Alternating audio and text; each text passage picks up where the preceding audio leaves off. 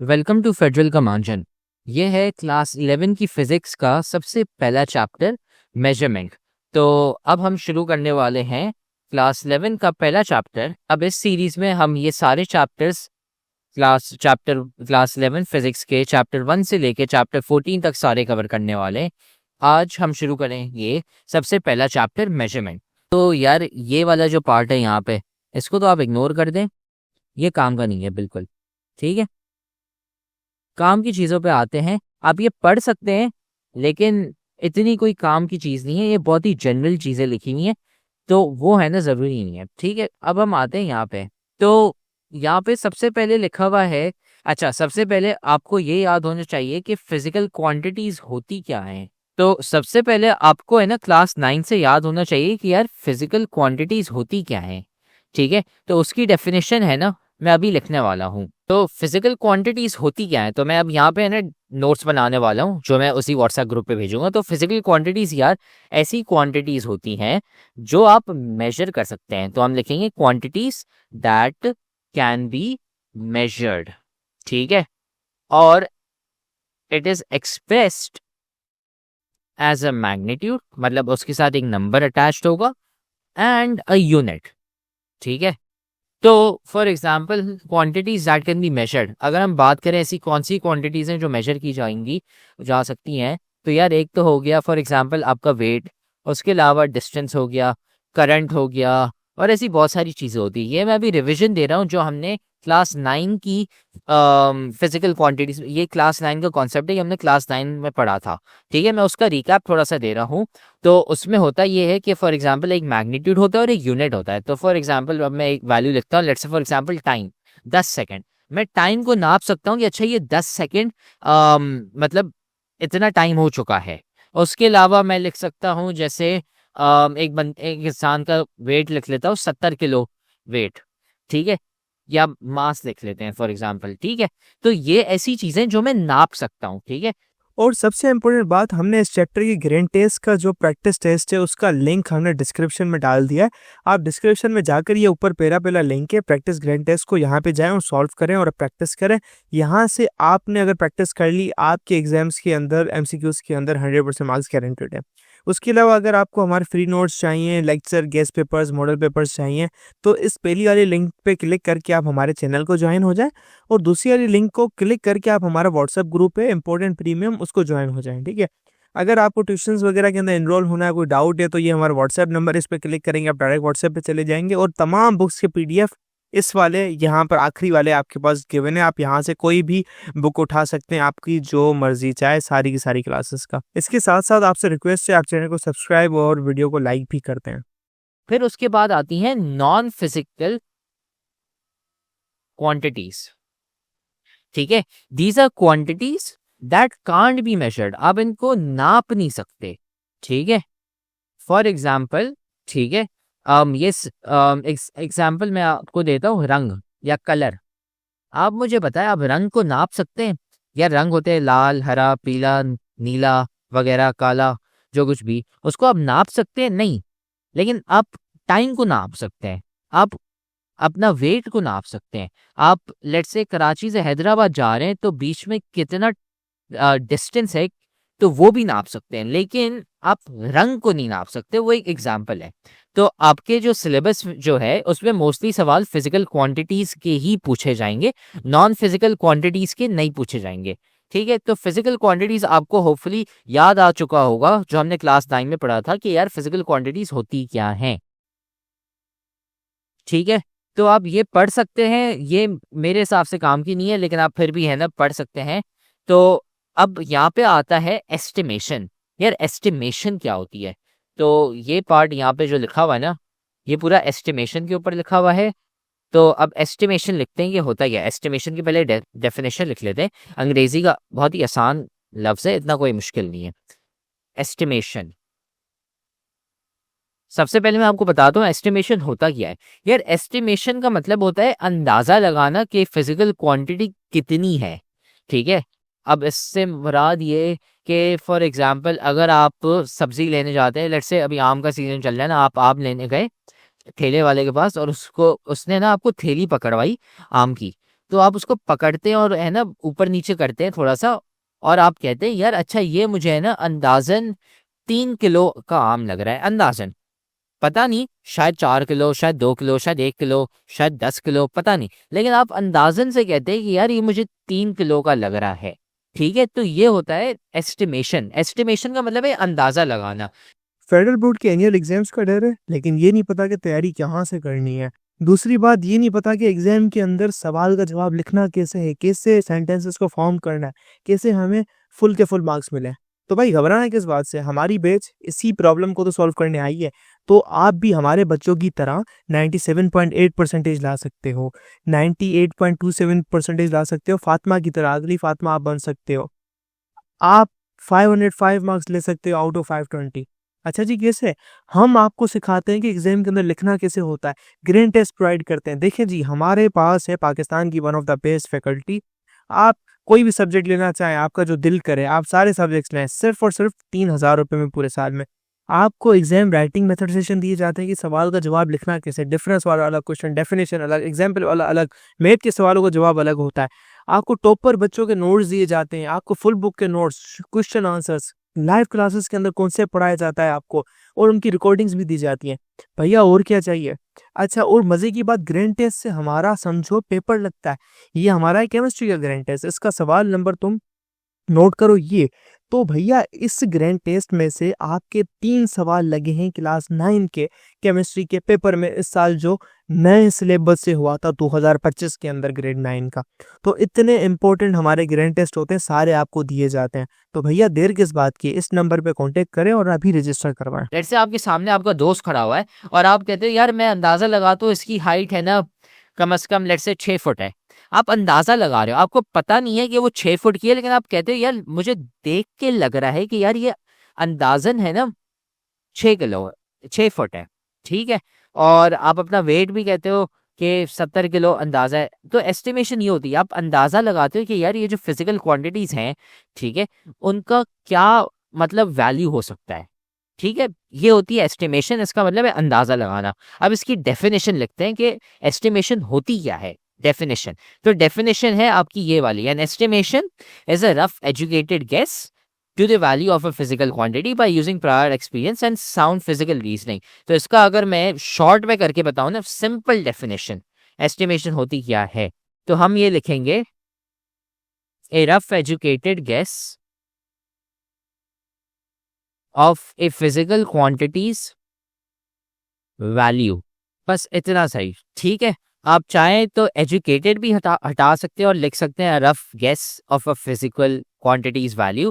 अगर आप एजुकेटेड लिखना चाहे आपकी मर्जी है, अगर आपको है ना पेपर अपना थोड़ा सा भर भर के लिखना है, ज़्यादा अल्फाज यूज़ करने अंग्रेजी है, तो आप भले रफ एजुकेटेड गेस भी लिख सकते हैं, लेकिन रफ गेस से भी काम चल जाएगा। वो डिपेंड करेगा अगर आपको ज़्यादा याद रहता है या नहीं। तो एस्टिमेशन ये होती है कि यार अंदाज़ा लगाना, और उसकी हमने डेफिनेशन यहाँ पे लिख ली। अब यहाँ पे जाते हैं, ठीक है, तो अब यहाँ पे लिखा हुआ है to estimate the height of a building, we first count the number of floors it has, then estimate the height of a single floor by imagining how many people would have to stand on each other's shoulders to reach the ceiling. In the last, we estimate the height. ठीक है, अब यहाँ पे क्या लिखा हुआ है मैं ना आपको समझाता हूँ। अब यहाँ पे लिखा क्या हुआ है, मतलब अंदाजा लगाते कैसे। लेट्स से आपको एक बिल्डिंग की हाइट नापनी है, तो यार अभी आप है ना एक अपने रूम में बैठे हुए होंगे, पता नहीं क्लासरूम में बैठे हुए होंगे या फिर अपने घर के कमरे में, ड्राइंग रूम में, कहीं पे भी बैठे हो। तो यार तो ये समझे आपका रूम है यहाँ पे, ठीक है, और ये आप यहाँ पे खड़े हुए हैं। और अभी सिंप्लिसिटी के लिए मैं कहता हूँ कि यार आपकी हाइट है ना, लेट्स से कहते हैं 6 फुट की है। ठीक है, आप 6 फुट के हैं, हाइट ऊपर नीचे भी हो सकती है, जिसको अपनी हाइट पता है, ठीक है, लेकिन मैं है ना यहाँ पे 6 फुट लिख लेता हूँ। अब यार ये आप हैं, ठीक है, और आप देखते हैं, अब मैं आपको कहूँगा कि यार आप है ना छत को देखें, ठीक है, अपनी छत को, और मुझे ये बताएं कि यार अगर आप खुद ऐसे कितने 6 फुट के इंसान खड़े कर सकते हैं कि जिससे है ना आप है ना ऊपर हाइट तक पहुंच जाएं। ठीक है, इसका मतलब क्या है कि मतलब ये समझे आप यहाँ पे बैठे हुए हैं, ठीक है, ये आप खड़े हुए हैं, ये आप हैं, ठीक है, और आप है ना अंदाजा लगाते हैं कि यार मैं खुद के है ना अगर ऐसे मल्टीपल कॉपीज में ऐसे खुद को खड़ा कर सकता हूँ यहाँ पे, ठीक है, तो ये मैं सोच रहा हूँ यहाँ पे, तो ये मैं यहाँ पे है ना सोचता हूँ कि यार ये मैं हूँ, ठीक है, और फिर इसके ऊपर मैं अपने आप को एक और दफ़ा यहाँ पे खड़ा कर देता हूँ। मैं खुद के ऊपर खुद को डाल रहा हूँ। क्यों? क्योंकि यार ये मुझे पता है, मेरी हाइट मुझे पता है 6 फुट है। फिर उसके बाद मैं सोचता हूँ कि यार मैं अपने आप को खुद के ऊपर खड़ा करता हूँ, तो यार ये 6 फुट वापसी आ जाएगा यहाँ पे, तो ये 12 फुट हो गए ना। तो मैंने अंदाज़ा लगा दिया कि यार यहाँ तक है ना, जो कमरे की हाइट है वो है 12 फुट। फिर मैं एक और लगाता हूँ और ये मैंने कह दिया कि अच्छा नहीं, अंदाज़न है ना 3 लोग यहाँ पे खड़े हो पा रहे हैं, ठीक है, और एक बंदे की हाइट 6 फुट है। तो अगर 3 लोग खड़े होंगे तो यार इस कमरे की जो हाइट है वो है 18 फुट टोटल, ठीक है। तो ये हम अंदाज़ा लगा रहे हैं। अब ज़रूरी नहीं है कि यार कमरे की जो हाइट है वो 18 फुट हो। असल में वैल्यू 17 फुट भी हो सकती है, 19 फुट भी हो सकती है, कह सकते हैं 25 फुट भी हो सकती है। लेकिन हमने अंदाज़ा लगाया, हमने सोचा कि यार अगर मैं खुद को खड़ा करता हूँ इसके ऊपर, फिर मैं अपनी खुद को इमेजिनेशन यूज़ करके यार मैं खुद को ऊपर खड़ा करता हूँ अपने आप के ऊपर, तो ऐसे मेरे कितने हम शक्ल आ जाएंगे। तो यार इस ड्राइंग के हिसाब से मेरे में आता है कि यार 3 लोग ऐसे खड़े हो जाएंगे और एक बंदे की हाइट 6 फुट है, तो 3 लोगों की 18 फुट हो जाएगी। वैसे ही आप भी है ना प्रैक्टिस करें, अपने रूम को देखें, अपने बेडरूम में हो कुछ भी हो, आपको अपनी हाइट पता हो शायद ना पता हो, आप है ना अंदाज़न लगा ले 6 फुट, ठीक है। और फिर आप सोचे कि यार आप अपने खुद को, अपने खुद के हमशक्ल को अगर ऐसे खड़ा करना चाहें, ऐसे कॉपीज अपनी खड़ी करनी चाहें खुद के ऊपर, तो ऐसे कितने आएंगी? 3 आएंगी, 2 आएंगी, 2.5 आएंगी, 5 आएंगी, डिपेंड करेगा, ठीक है। तो इससे आपने अपने रूम की हाइट का अंदाज़ा लगा दिया। और अगर आप कहते हैं, अगर आप एक बिल्डिंग में खड़े हुए हैं और आप कहते हैं कि यार मेरी एक बिल्डिंग में लेट्स से 10 फ्लोर है, ठीक है, और मुझे पता है कि यार एक फ्लोर की हाइट है कितनी? 18 फुट, ठीक है। तो मैं कहता हूं कि यार एक फ्लोर की हाइट है 18 फुट और मेरे पास टोटल 10 फ्लोर है, तो मैं 18 मल्टीप्लाई बाय 10 करके कह दूंगा कि यार ये पूरी बिल्डिंग की हाइट अंदाजन 180 फुट है। अंदाजा है, इससे हम एस्टिमेट करें। अगर आप असल में हाइट नापने जाएंगे स्केल के थ्रू या पता नहीं कैसे भी करके, बहुत लंबी है। लेकिन अगर हम अंदाजा लगाएं तो सोचें 2 मिनट में हमने अंदाजा लगा दिया कि यार बिल्डिंग की हाइट 180 फीट है। हमें नापने की जरूरत नहीं पड़ी, क्योंकि अब यार ये ज़रूरी नहीं है कि ये वैल्यू सही नहीं, सही हो या नहीं हो, ये मोस्ट प्रोबेबली गलत ही होगी। लेकिन यार अंदाज़ा हो रहा है। अगर हाइट आपकी बिल्डिंग की हुई लेट्स से 190 फुट, लेकिन आपका अंदाज़ा आया 180 फुट, फिर भी यार बहुत काफ़ी क्लोज है। इसलिए हम अंदाज़ा लगाते हैं, इसलिए हम एस्टिमेट लगाते हैं। इसलिए हमने यहाँ पे डेफिनेशन लिखी थी, अ रफ एजुकेटेड मतलब इंसानों वाला, ठीक है, इंसानों वाला हमने है ना तुक्का लगाया है यहाँ पे। इसको आप कह सकते हैं अंदाजा या तुक्का लगाना कि यार कितनी वैल्यू आएगी हाइट की, टाइम की, वेट की, कुछ भी, ठीक है। तो ये होता है एस्टिमेशन, ये अंदाजा लगाना, और यही यहाँ पे लिखा हुआ है। ये जो पार्ट यहाँ पे जो पूरा है ना, ये वही लिखा हुआ है जो मैंने अभी आपको यहाँ पे समझाया है। फिर अब यहाँ पे है ना ट्रिक्स लिखी हुई है कि हम यार एस्टिमेशन अच्छे वाले कैसे लगा सकते हैं। अगर तुक्के लगाने हुए हैं तो हम कैसे अच्छे तुक्के लगा सकें, उसके तरीके यहाँ पे लिखे हुए हैं, अच्छे अंदाजे लगाने के तरीके, ठीक है। तो ये हम यहाँ पे लिखते हैं। तो पहला तरीका ये है कि यार आप बड़ी चीज़ों को छोटों में कर दें, छोटों में तोड़ दें, या फिर छोटी चीज़ें को इकट्ठा करके आप बड़े में कर दें। अब इसका मतलब क्या है? तो यार सबसे पहले हम करते हैं breaking big things into smaller things. मतलब आपने एक बड़ी सी चीज़ ली और उसको आपने छोटे में तोड़ दिया।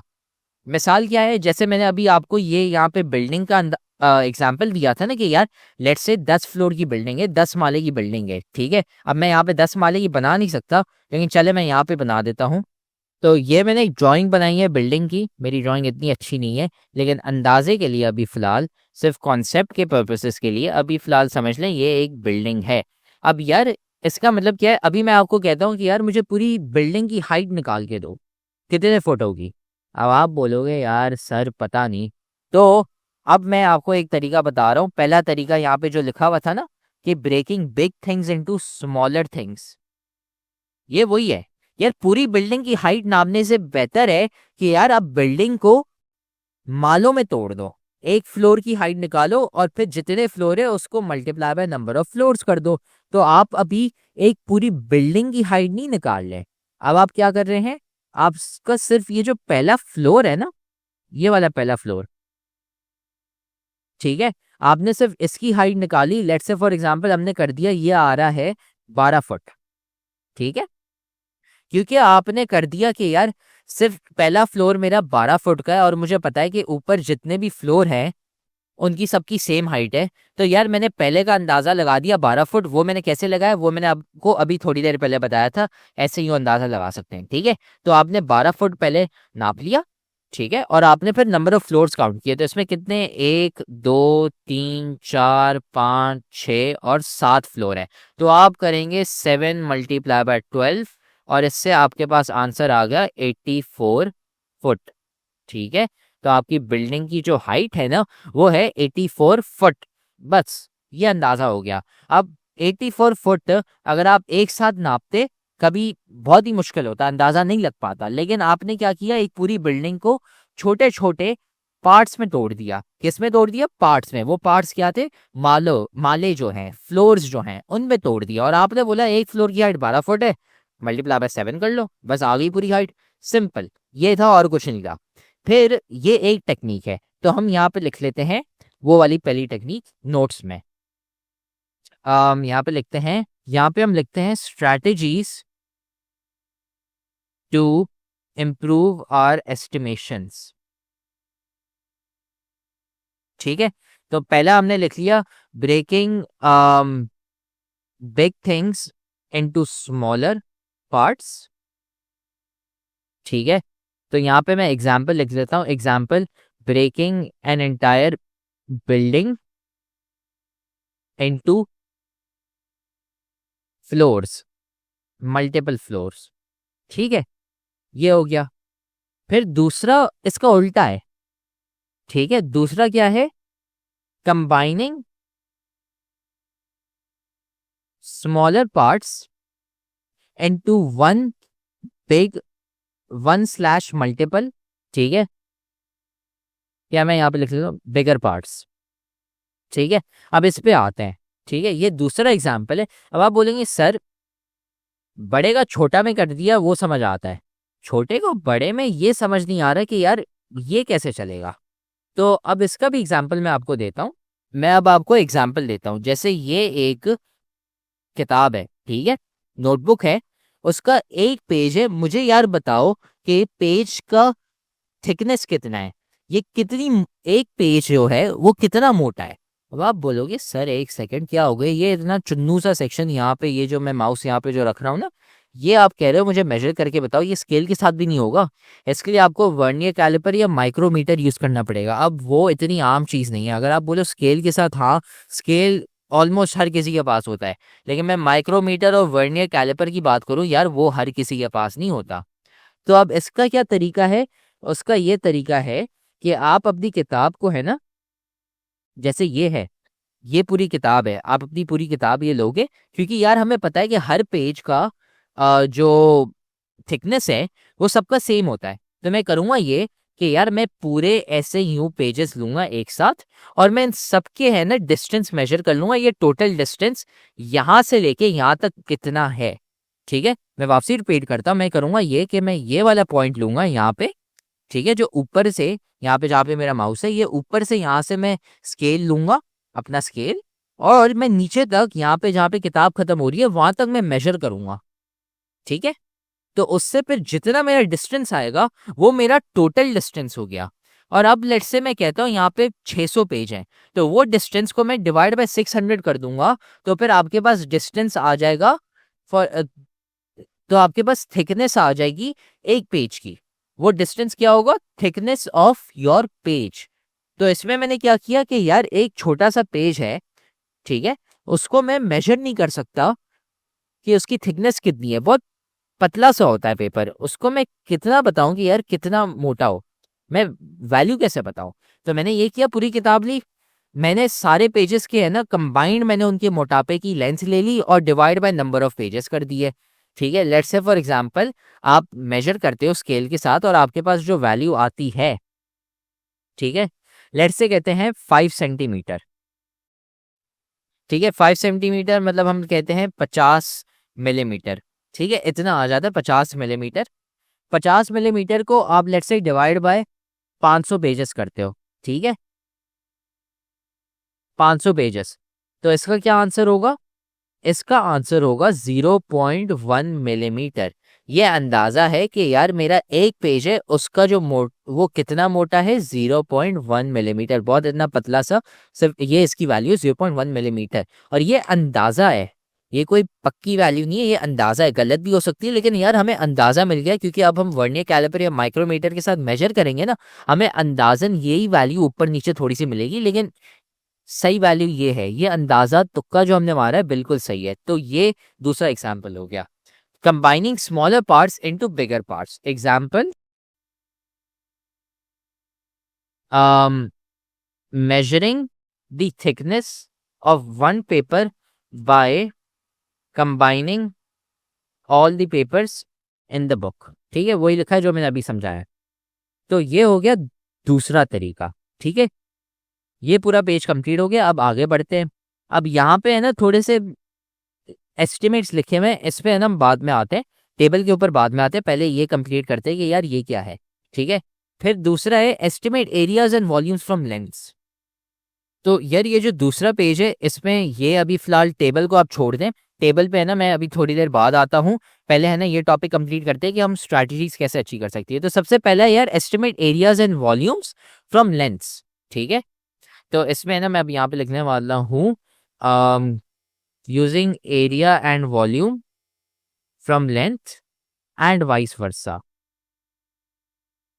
इसका क्या मतलब है यार, मैं ये करता हूँ कि लेट्स से मैंने आपको एक बॉल दे दी, ठीक है, अब आप करोगे यार मुझे बॉल का है ना वॉल्यूम निकालना है। अब वो स्फेयर होता है, तो स्फेयर का आपने फॉर्मूला पढ़ा होगा 4/3 पाई आर क्यूब।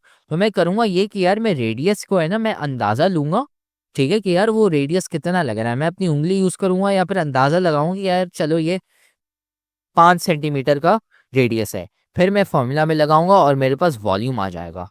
तो ये मैंने अंदाज़ा लगाया।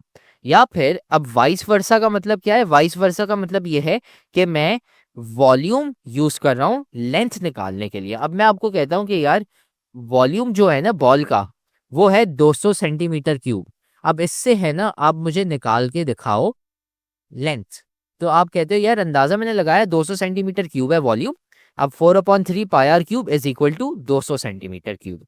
फिर आप उसमें से रेडियस कैलकुलेट कर लोगे, फॉर्मूला आपको पता है, सिंपल है, ठीक है। ये हम डिटेल में कैलकुलेशंस और सवाल जब करेंगे तो आपको मैं करके दिखाऊंगा, लेकिन अभी मैं अंदाजा बता रहा हूँ कि यार आप लेंथ से वॉल्यूम कैसे निकाल सकते हैं। अंदाजा आपने लेंथ का लगाया और उससे आपके पास वॉल्यूम आ गया, ठीक है। और अगर आपने अंदाजा लगाया वॉल्यूम का तो उससे आप लेंथ कैसे निकाल सकते हैं, ठीक है, ये हो गया।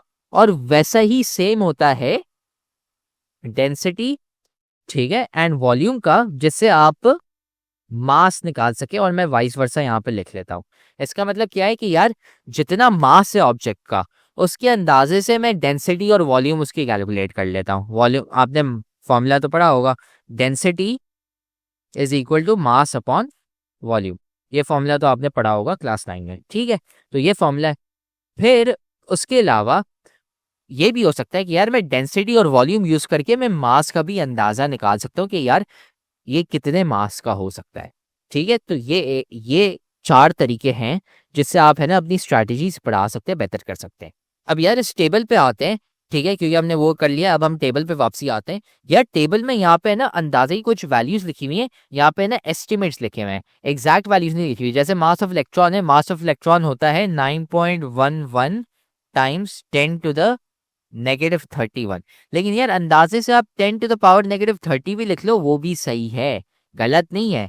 हम अंदाजा लगा रहे हैं कि यार कितनी वैल्यू हो सकती है, ठीक है। और वैसे ही यहाँ पे बाकी जो सारे लिखे हुए हैं ना उनके अंदाजे लिखे हुए हैं कि यार उनके कितने हो सकते हैं, ठीक है। अच्छा अब यहाँ पे एक चीज मैं बताऊंगा कि इस चीज का ख्याल रखें, ये सारे मास केजी में, सारे लेंथ मीटर में और सारे टाइम यहाँ पे सेकंड में है। यहाँ पे लिखा नहीं हुआ जैसे ये केजी है, वो इसलिए क्योंकि यहाँ पे ऊपर यहाँ पे केजी लिखा हुआ है, ठीक है। इस चीज का ख्याल रखें। और बाकी उसके अलावा अब आप बोलेंगे यार सर मैं टेबल को याद करूँ या नहीं, तो मैं बोलूँगा डिपेंड करता है कि आप कैसे हैं। अगर आप अंदाजे मारने में या तुक्के मारने में अच्छे हैं तो आपको याद करने की जरूरत नहीं है, क्योंकि आप तुक्का मार सकते हैं, ठीक है। जैसे मैं आपको बोलूँ यार मस्कीटो है, उसका वेट कितना है, तो आप कह सकते हैं यार 10⁻⁵ kg, ठीक है, तो ये 0.00001 kg हो गया, अंदाजन लगा दिया। अगर इसको मैं कन्वर्ट करूँ तो ये 0.1 ग्राम है।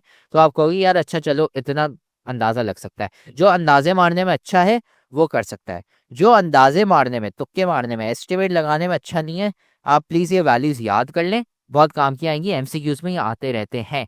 ठीक है, और आपको ये 2-3 दफ़ा याद करनी होंगी। जब आप एमसीक्यूज़ की प्रैक्टिस करते रहेंगे तो ये खुद ही सारी याद आ जाएंगी, और तब आपको ये भी पता चल जाएगा कि यार सबसे काम की कौन सी वैल्यूज़ हैं।